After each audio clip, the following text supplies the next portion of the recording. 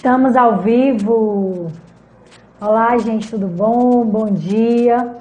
Hoje teremos uma convidada muito especial, que eu acompanho o trabalho dela há um bom tempo, né? Espero que vocês gostem tanto quanto eu. Enquanto o pessoal vai entrando, vamos enviando, né, o aviãozinho para todo mundo. Vamos convidar os amigos, principalmente quem tem filho com deficiência, gente. Isso é muito importante, né? Porque hoje a gente vai falar sobre material adaptado, tanto nas aulas presenciais como nessas aulas remotas, nessas aulas online. Então vamos convidando. A nossa convidada, Samira Leão, já entrou aqui, já vou chamá-la, que não temos.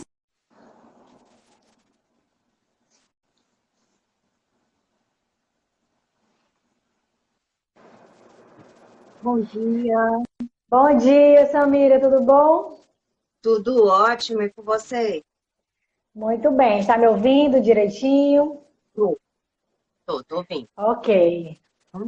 Assim, hoje esse tema, desde que eu comecei, né, a estudar sobre autismo, o autismo entrou na minha vida, esse é um tema que me deixa assim, muito inquieta e ao mesmo tempo muito curiosa. Por isso que eu disse, não temos tempo a perder e eu vou explorar muito, viu? Vou logo avisando. Adoro. Então, gente, vou começar a me apresentar. Para quem não me conhece, eu sou Cristina Rocha, advogada, mãe do Benjamin, de 4 anos e meio, autista, e o diagnóstico teve mais ou menos 1 ano e 8 meses, né? E a gente está, assim, nesse 1 ano e 8 meses, nessa luta de estudar em busca dos direitos.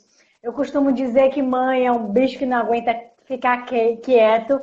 Então, depois, né, que eu comecei a estudar, que eu comecei a entender sobre o meu filho, eu comecei a levar o autismo para a minha vida, que é o direito, né, que é a advocacia. Então, hoje, além de eu estudar, né, para fazer valer os direitos do Benjamin, eu criei esse perfil para isso, para divulgar os direitos, né, da pessoa com deficiência, do autista, para que outras mães também pudessem saber desses direitos.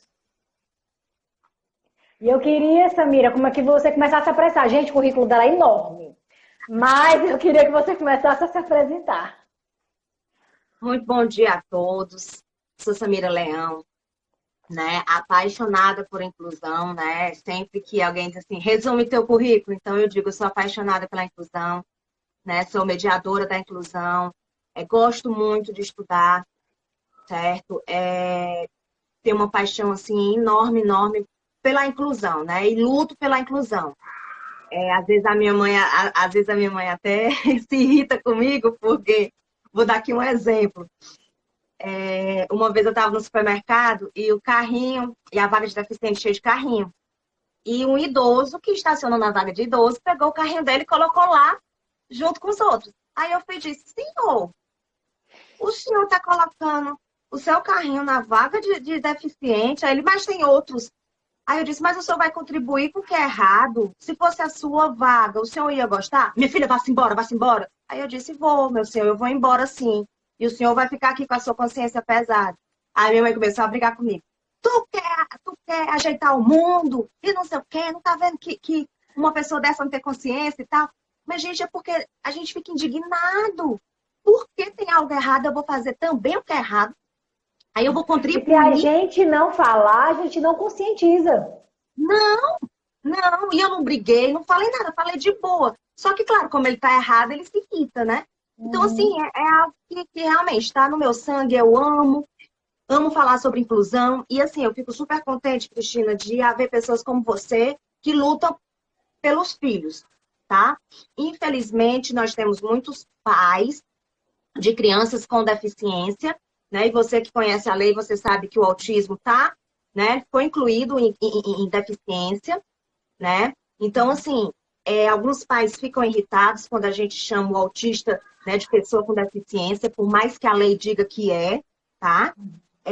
Existem pais que não lutam pelo direito dos filhos e a lei é clara, né? A lei está à disposição, mas se os pais não forem atrás, os filhos não vão adquirir nada, Isso. né? Os filhos, eles estão impotentes diante da sociedade. Toda criança se torna impotente diante da sociedade porque ela não tem meios para buscar os seus direitos. Quem tem que fazer isso é pai e mãe, independente de ser filho típico ou atípico. né? Então, meus parabéns a você por estar buscando os direitos do Benjamin, certo? Que todos os pais sigam o seu exemplo e vá buscar o direito dos seus filhos, independente de serem típicos ou atípicos, né? Então, a gente tem que defender os filhos, né? Inclusive, o meu próximo livro, eu quero justamente falar sobre isso, sobre família. Eu já comecei a escrever, eu quero falar sobre família e quero justamente incentivar os pais a lutarem pelos seus filhos e deixar bem claro, conscientizar, tá? Que se as crianças com deficiência não tiverem pais fortes, elas não crescerão com força, tá? Elas precisam desse exemplo, elas precisam desse alicerce bem firme, e quem tem que dar é pai e mãe, né? Por mais difícil que seja, porque não é fácil, eu imagino que você sentiu, eu imagino que você passou quando você recebeu o diagnóstico, que uma coisa é suspeitar e outra é ter a certeza, né? E aí vem preconceito da sociedade, vem o preconceito da família, né? Que muitas vezes, antes do diagnóstico, vocês sofreram. Criança mal educada, criança sem limite, né? Criança mimada, né? Você não tem autoridade. Então, é um preconceito muito grande em cima dos pais. E é uma responsabilidade enorme em cima dos pais, Isso, e né? você disse tudo, assim. Eu entendo, o meu diagnóstico, né, do meu filho é muito recente. E eu entendo, assim, que muitas mães dizem que vivem um luto, muitas mães entram em estado de choque, e cada pessoa tem o seu tempo, né? E você deve realmente respeitar esse tempo, mas é o que você disse, os nossos filhos dependem da gente. Então, dói, eu sei que dói, né? O meu ainda é muito pequeno, então o meu ainda é fofinho, né? O meu ainda é aceitável. Quanto mais essa idade, né, da pessoa com deficiência vai aumentando, o bullying vai aumentando, a discriminação vem aumentando, né? E assim, é o que você disse, os pais têm que ser fortes.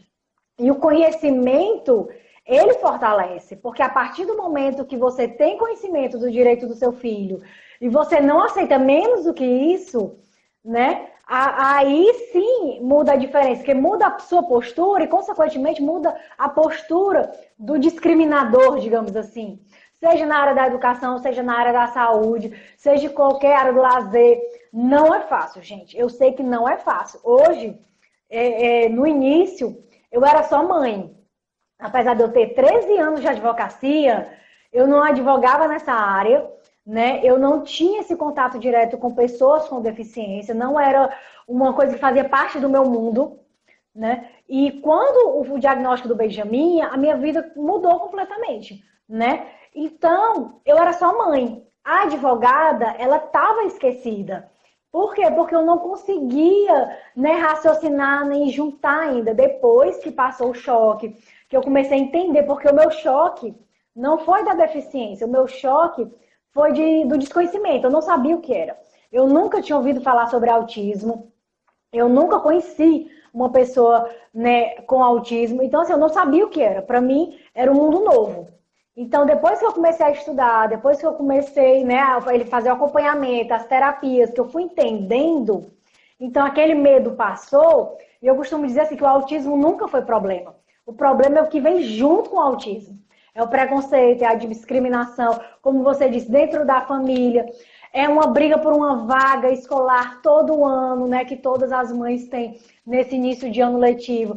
É uma discussão e o exigir o direito de um material adaptado, que é o que a gente vai falar hoje. Porque, assim, a lei brasileira, que é o que eu vou começar a falar aqui na parte do direito, a lei brasileira, ela é, vou dizer, completa, né? É Ela linda, né? existe, é linda, né? E como muitas áreas do direito. Mas da letra da lei para a prática, ela tem um caminho muito grande. E da prática, quando ela não é realizada, né, digamos, voluntariamente, aí para os pais, né, para exigirem, para ter esse conhecimento e esse desgaste que é muito grande, muitas vezes munido de humilhação, né, olha, você não tem noção, Samira, nesse início de ano, o que eu escuto de relatos de humilhações e de discriminações para os pais, né, e para as crianças. Então, assim, a lei, gente, ela já está aí. Quando você diz assim, tem pais que se incomodam de chamar o autismo de deficiente. Gente, o autismo ele não é uma doença, ele não tem cura, ele é uma condição neurológica. Para a letra da lei, para os direitos, ele é considerado pessoa com deficiência. E graças a Deus por isso, porque existem várias deficiências que ficam naquele limbo, que nem é uma coisa nem a outra e não tem uma lei específica. O TDAH é um grande exemplo, né? Isso, o autismo, além de ter uma lei que fala dos direitos do autista, ele ainda tem a Lei Brasileira de Inclusão. E a gente ainda está nessa luta. Você imagina se a gente não tivesse, né? Então, assim, os direitos estão aí. Cabe a nós, pais, exigir o cumprimento dele. Eu sei que é difícil, eu sei que é humilhante, você vai para casa, você chora, mas no outro dia você vai atrás. Fazer valer o seu direito. Porque a lei já está aí. Se você não usar, ela vai ser lei morta, né? Letra da lei morta, ela não vai ter nenhum propósito. Cristina, você falou, você tocou num ponto e me lembrou algo super importante. Eu sei que o nosso assunto é currículo, mas quando a gente fala de inclusão, tem tanto ponto importante para a gente tratar. E você falou sobre algo fundamental. A dificuldade de matricular uma criança em uma criança autista, né? Aqui a gente está falando de autismo, mas isso vale para qualquer deficiência, tá? Isso, gente. A dificuldade da gente matricular. E aí eu já ouvi muito relato que não pode negar a matrícula para criança autista. Ah, mas eu tenho medo do meu filho ser maltratado na escola. Eu prefiro buscar outra. Vá na Secretaria de Educação, denuncie a escola, faça valer o seu direito. Não, eu tenho medo do meu filho ser recriminado, eu tenho medo do modo como o meu filho vai ser tratado. Eu entendo perfeitamente esse lado da mãe. Eu entendo demais. Eu não sou mãe, certo? Mas eu tenho 3 sobrinhas que eu amo como mãe. E assim,